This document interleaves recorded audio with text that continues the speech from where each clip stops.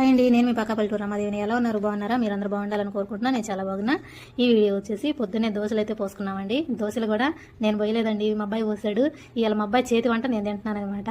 మా అబ్బాయి ఎప్పుడు అట్లు పోతాడు, బాగానే పోతాడండి. అయితే అట్లు పోయిరా చిన్న అంటే సరేనని చెప్పి నేను పని చేసుకుంటుంటే మా అబ్బాయి పోసాడండి. అట్లయితే బాగానే పోతాడు. అయితే కారం దోశలు చేసుకున్నాం ఇలా కారంతోనమాట.